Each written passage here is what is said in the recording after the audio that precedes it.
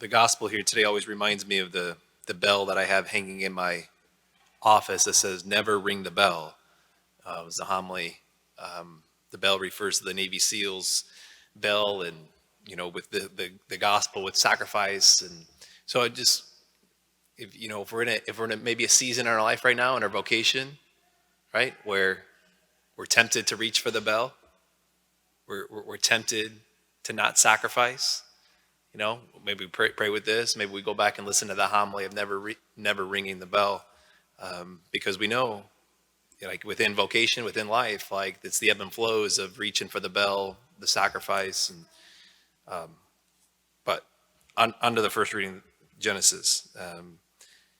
So I haven't been preaching on the Genesis that much here the last couple of days. We really haven't been here the last few days, but we have right here, right after the flood. We're in chapter 9.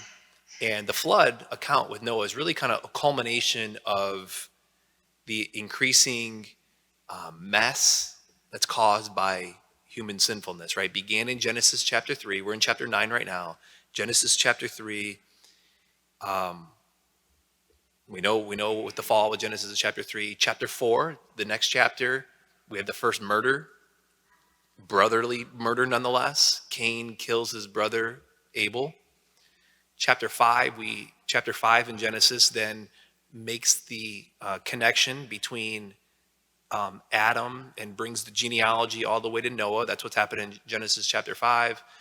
Genesis chapter 6, it gets to the point where there's kind of this killer verse that says, God saw that every inclination of the thoughts of human hearts was evil continually. And it says he had sorrow for the corruption. He had sorrow of seeing the damage and the effects of sin. And he saw the brokenness and had the sorrow, and what happened was the flood. He wiped out. He saw the righteousness and the faithfulness of Noah and his family, but it was basically a fresh start. And then here's chapter 9 today. The waters dry up. Here's Noah, and we see the covenant that's made. The covenant, first covenant was with a couple, Adam and Eve. Now we see the covenant expanding to Noah and a family. So remember, the whole arc of the Bible is speaking a language of covenant. This is a very pivotal time now in the course of salvation history. This is the second covenant that God makes. He extends that covenant now to a family. And we know, of course, what the further covenants with David's covenant, David, and then last the covenant with Jesus. But he knows the inclination of the human heart at this point and says, I promise to never do that again, to wipe out all peoples. I know the inclination of the human heart. I know the concupiscence, the tendency to sin. And he promises to not do that again. He promises, so what that is, it's his continual pursuit, him making good, if you will, his working out of our salvation when we turn away from God. And what's interesting, our lectionary doesn't pick this up, but just after God makes his covenant now, what do we see right away? Remember who Noah was? It says that Noah was a righteous man. He walked with God. Right after this verses where we picked it up, what happens? Noah enters into a vineyard and he gets drunk. And so it's pointing back to Genesis. It's pointing back to Genesis chapter 3 of the fall with Adam and Eve. Noah then, who was a man who was righteous and walked with the Lord, God chose him to make a covenant with the people to continue. And Noah gets drunk. He takes of the fruit of the vine, just like Adam and Eve. And then he's lying there in his nakedness. And then what happens? You have, I think it's Ham, who sleeps with his mother. Right? The messiness of sin, the downward spiral of sin.